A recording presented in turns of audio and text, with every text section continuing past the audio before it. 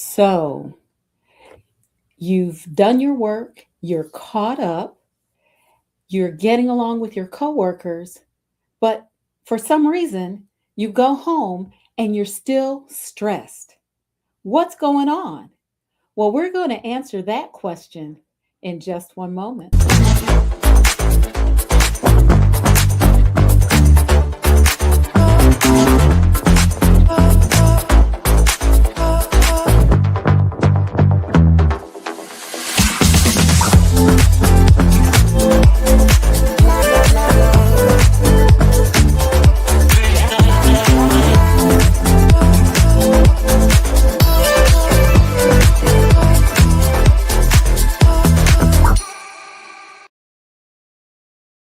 Hi there. Welcome to Stress Talk Live. This is the place where we help women over 40 to live healthier lives through strategic stress management and solution focused self care. I'm Marcyline Bailey and I am your host. We're going to start talking about environmental causes of stress. And I'm real excited about it because I think I'm going to be able to share with you things that you would not ordinarily consider a stressor or a cause of stress. And I'm not going to belabor things. I just want to jump into the topic. How about that? First and foremost, though, as always, please like, follow, and subscribe to ML Bailey Consultants on Facebook, YouTube, where you're probably watching this, and Instagram. Also, make sure you hit that like button. Give me a thumbs up if you like what you're seeing, if you like what you hear, and also subscribe. You will be able to download the 7-day stress reset guide. It's a free guide. You don't get on a mailing list or anything. It's just my gift to you for saying yes to this channel. Okay, let's get into our topic.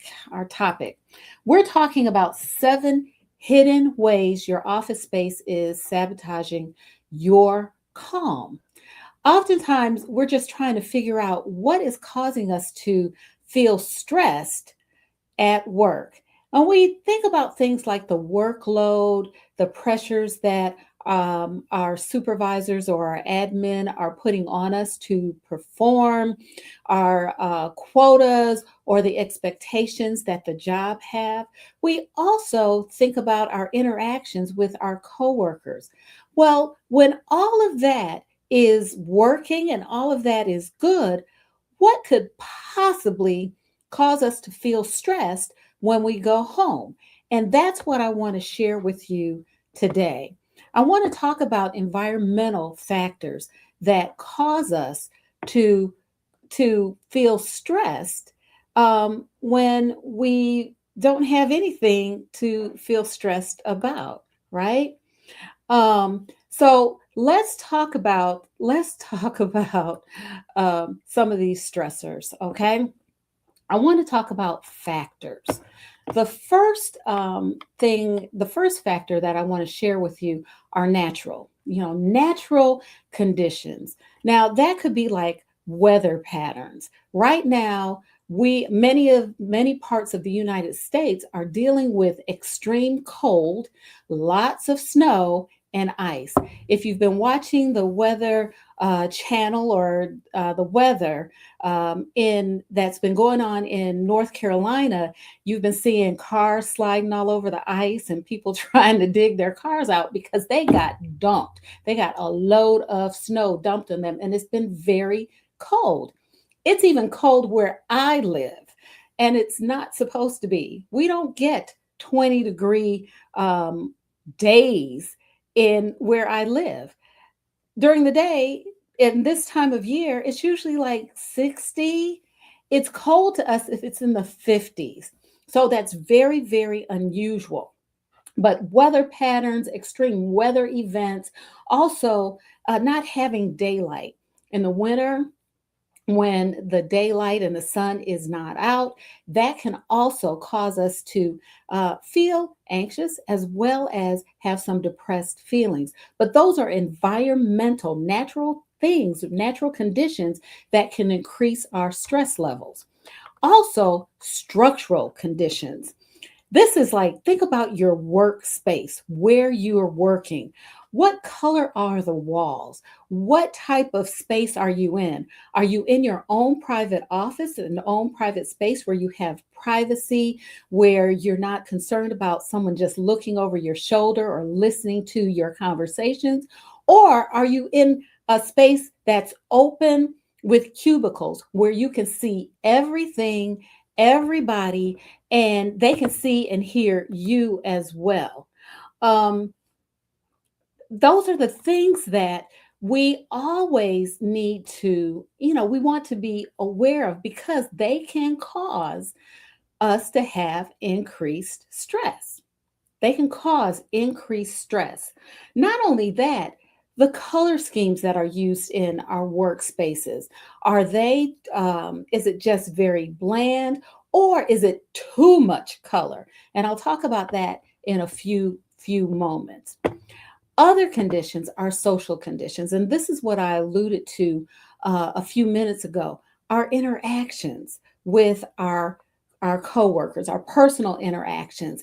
How crowded are we? Do we live in a population dense area, or do we live where people have space? Are we living on top of each other, like in New York, places like New York, where people live in very close quarters because there's not a whole lot of space. There's a lot of buildings.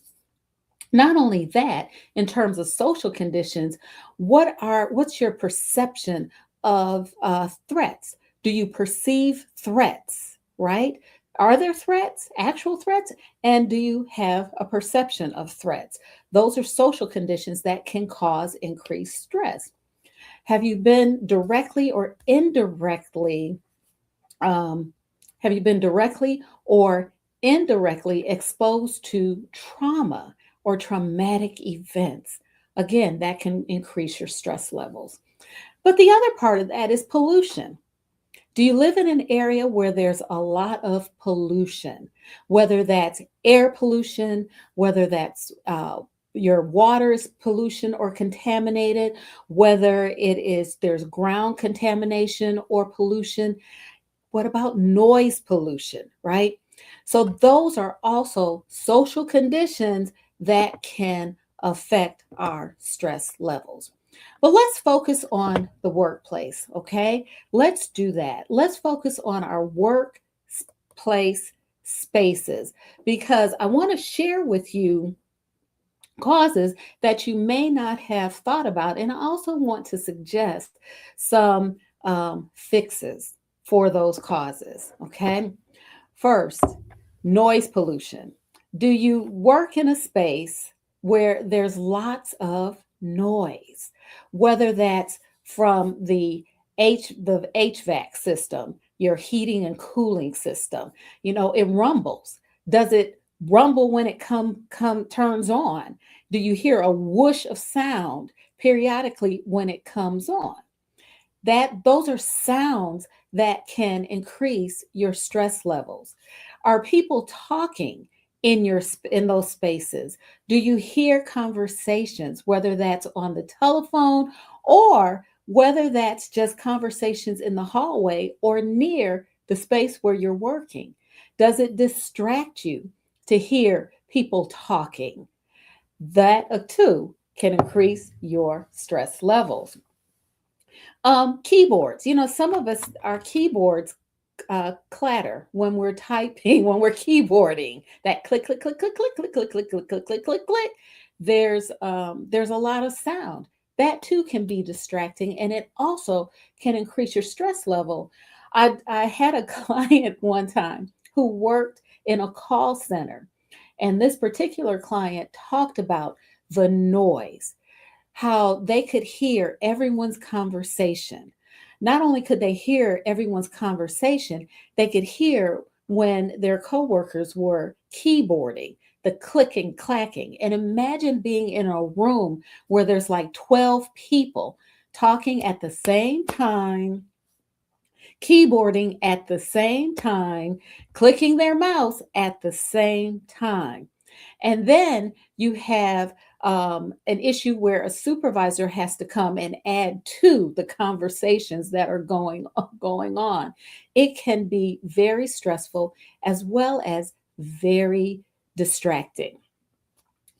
Not only that, in your um, because of the noise, you want to keep in mind that although you might consciously tune everything out, where you don't really notice it consciously, you want to understand that your brain doesn't shut off.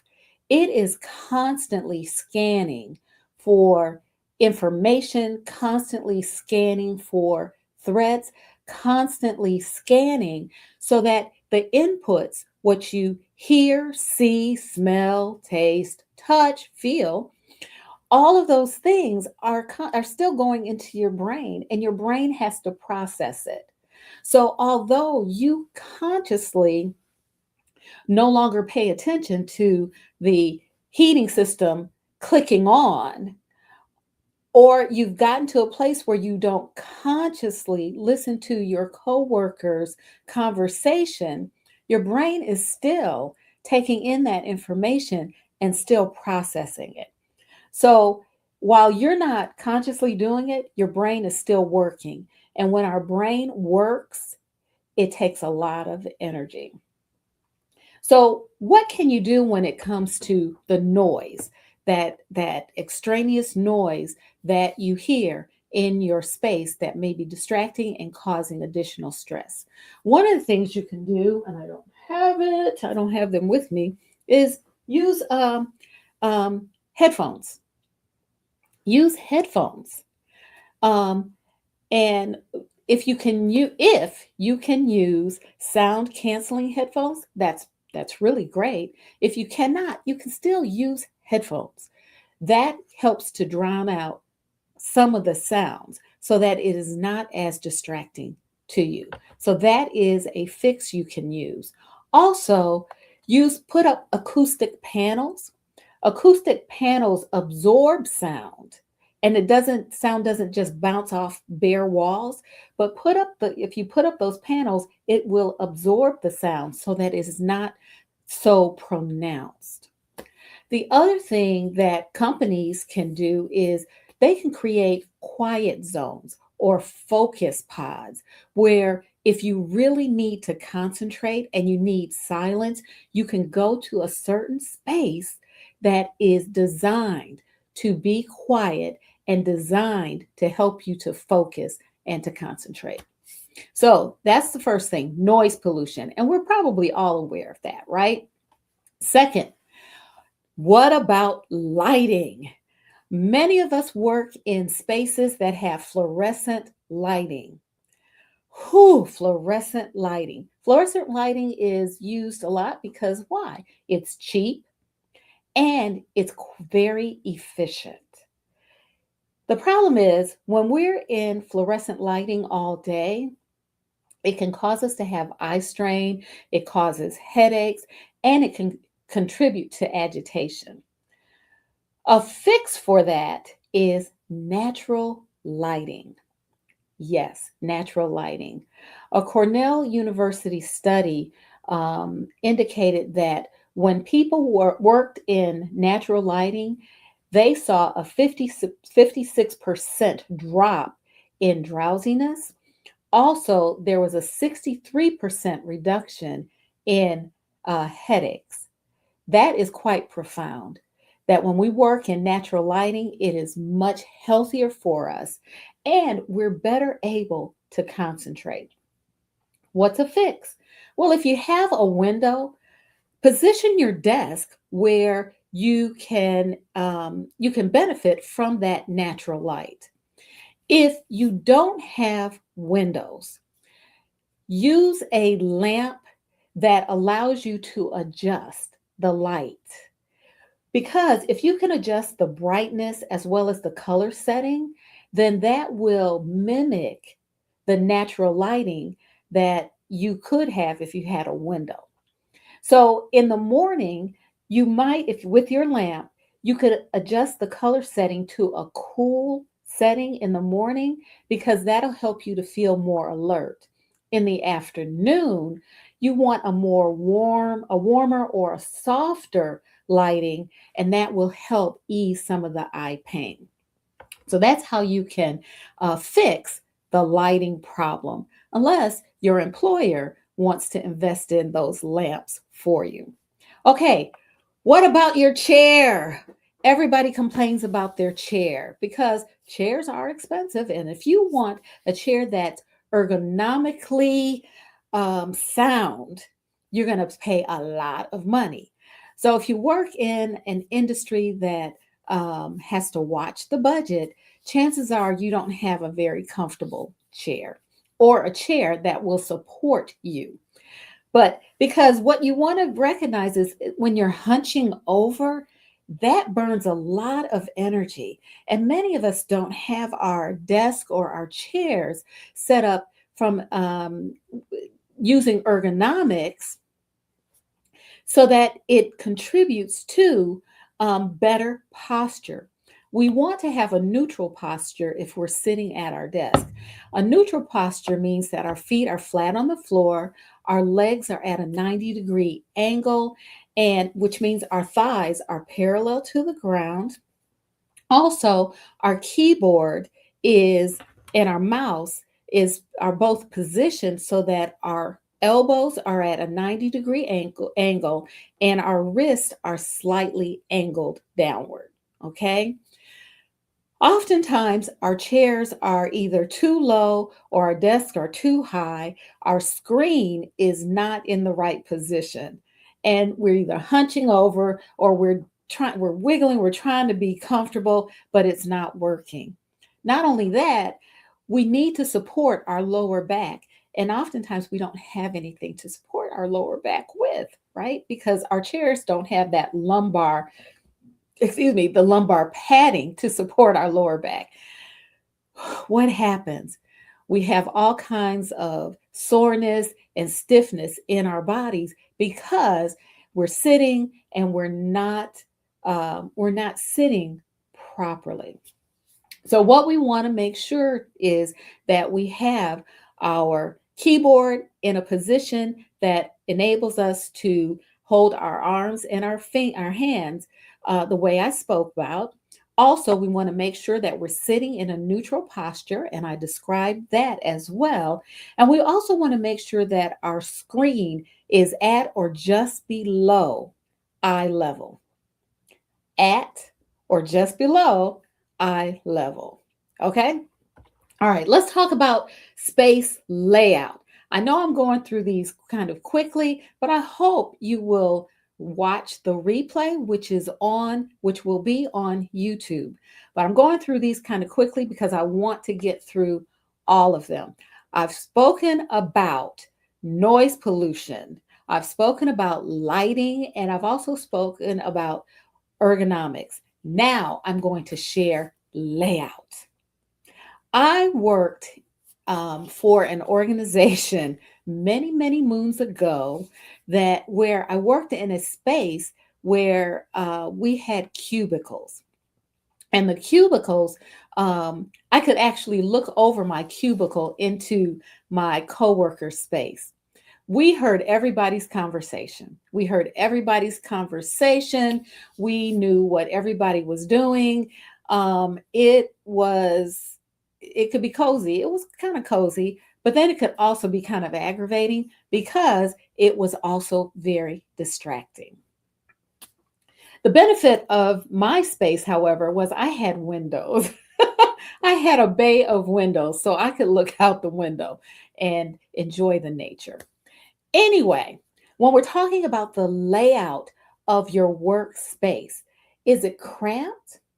Do you feel as if you lack control over your space? Especially if you're working in an open space, people are walking by, people are probably looking at what you're doing or looking in your space. You may have very little privacy. Some of us feel if we're working in a space like that, it feels like an intrusion, right? Because we can't manage our own personal space. But lack of control of our space increases stress levels. Just like lack of control of our personal space, our physical space increases stress level. What we also want to keep in mind is again, our brain never shuts off. You may be focused on something on your desk and your attention is on something on your desk, but the brain can pick up on that it hears when somebody's walking by. It hears when somebody sighs. It hears when somebody coughs or laughs or sneezes. The brain hears all of that and it's processing it, right? The brain, we can also feel when people come into our space. We can feel that, and that causes the brain to continue working, continue to process the information. So the brain tracks all of that, tracks movement, it tracks sounds, it tracks what we see, it tracks what we can feel, it tracks all of that.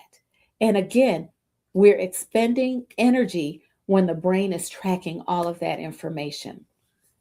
So, what can we do when we are in a space like that? One of the things that we can do is we can position our desk so that we have less input, right? Position our desk so that we're not able to see, hear as much, okay? We can also use plants to kind of block some of the visual movement that might go on in that open space. Or we can use a bookcase or a bookcase or book shelving to kind of block what we can see using privacy screens if possible, if any of that is possible. But enabling our space, trying to make our space as closed as possible within reason. The other fix is, again, organizations, companies can create quiet focus pods. I spoke about that earlier. Also, they can create lounges where people can go and talk so that they're not having extraneous conversations in the workplace, conversations that are not work related in the workplace. There's a special place for that. Additionally, having spaces that are designated workspaces for particular projects or for particular activities, work related activities. That also helps. Okay, temperature. Oh my gosh. No, does anybody out there have temperature controls, a thermostat in their office or in their workspace that they can control, or is the temperature controlled by overall, right? Where you cannot individually control it. I've worked in places where they where the building had boxes over the thermostat to prevent people from adjusting the temperature. Go figure. Yes, they would put boxes with locks to prevent people from adjusting the temperature. When we do not have control over the climate in our space, that creates stress for us because we can go from extreme cold to extreme hot. That's just how it is. People can burn up hot in one part of the building and the other side of the building can be freezing cold. There's rarely any in between, right? So, the best temperature to work in that it's been found is between 72 and 75 degrees Fahrenheit, or if you use the Celsius scale, 22 to 24 degrees Celsius. Studies have found that anything outside of that range really hampers cognitive function as well as decision making. So when temperatures are within those ranges, we think better and we make better decisions. What to fix? It's very simple. Make sure you layer. Layer so that if it gets too warm, you can peel clothes. You can take a sweater off. You can just peel. Or if it gets too hot, yeah, if it gets too, I said that backwards. If it gets too hot, you can peel. And if it gets cold, make sure you have a sweater or a shawl that you can put on to help you. I worked in in the space in one of the spaces that I worked in. There was a thermostat in my office, and my neighbor, my office, the person who was in the same suite as me, would come in and turn the temperature down because they liked it really cold. I would inch it back up, but they would come and turn it down again. So I kept mittens in my office, I kept a shawl, and I kept a coat, no joke, in my office. And I would sit there with my mittens on and my shawl and my coat, sending a message that it is just too cold in here. And then I would inch it up, I'd close my door and dare them to come in to turn it down. Okay, let's go on to the next one. Okay, so many of us work in spaces where the walls are colorless. Either they're drab color, very neutral color like white or beige or gray. Color has an unconscious effect on our mood as well as our productivity. And so organizations, companies really need to have a balance. Not enough color can create a very depressed or sad mood, and too much color can be overstimulating. So, companies want to have a balance. But what happens if you work in a nonprofit organization or a school or a hospital? The walls are usually like white or beige. If you work in a prison, they're going to be gray. It'll be great. We know that color affects us. So, what are really good colors? Blue, my favorite color. Blue creates a calm and focused. It's connected to calm and focus. That's how I should say it. So it helps us with concentration. Green is connected to natural tranquility and it reduces fatigue. As you can see, I have green walls. That's deliberate because this is my space that I love and it creates a calm and quiet effect for me, right? A touch of yellow, a pop of yellow sparks creativity as well as optimism. So, how do we create that in a space where the company has chosen very neutral colors for the walls? Try to add color to your space. Plants, you can see plants behind me. Plants add color. Also, it enables you to bring nature in. And we know that nature is calming for us. Add plants or add colorful accessories to your desk or to your workspace.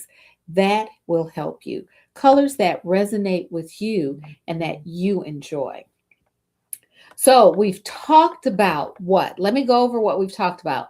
These are 7 hidden ways your office space is sabotaging your calm. And I've shared noise pollution, I've talked about lighting, I've talked about ergonomics, I've talked about the layout, I've also talked about temperature, yes, and I've talked about color. Color. The last thing I want to talk about, oh, it's not the last thing, but the almost the last thing I want to talk about is clutter. You want to have a clutterless space. Get rid of the stacks of paper on your desk. Coffee mugs, especially coffee mugs that aren't clean. Ew. Oh, and cables. wires and cables. Try to keep those things from looking cluttered because that can be very distracting. Clutter creates an environment where you're getting too much information. Your brain is overloaded because, again, it's trying to process all of that information. And when you have clutter in the space, it again uses a lot, it causes you to use a lot of energy because your brain does not turn off. A UCLA study found, UCLA found that homes that had a lot of clutter, the individuals who lived in those homes had an increased amount of cortisol in their system over an extended period of time. And as I've shared before, cortisol is one of the stress hormones. And when we have increased cortisol over a period of time, it causes our stress levels to remain high. So it is very important for us, especially in a workspace, if we want to lower our stress levels, we want to work in a space that has very little clutter. Um, so organize your materials, declutter, like take 10 minutes to clean your space so that when you come in the next morning, you have a clear desk. Remove all of those papers, tidy up, wipe things down, um, and just organize your supplies. Also, use the Marie Kondo technique. I am not I'm not advertising it, I'm not promoting it, but that is a technique that may work for you. Finally, last but not least, how can we stop sabotaging ourselves in the workplace? I've talked about 7 hidden ways your workspace, your office space is sabotaging your calm. Last but not least, make sure you are building in a 5 to 10-minute break every hour. Yes, 5 to 10-minute break every hour. Get up and stretch. Take a walk. Rest your eyes. Looking at the computer, looking at your screen causes eye fatigue. So rest your eyes. Do some kind of movement. 5 to 10 minutes every hour. If you do that, if you use some of the fixes that I've suggested, you should be calmer and less stressed when you go home every evening. Whew, well, that's all for now. I'm so glad that you joined me today. We've been talking about 7 hidden ways your office space is sabotaging your calm. Please join me next time when we continue the conversation about environmental causes of stress. I'm Marcyline Bailey. As always, take good care.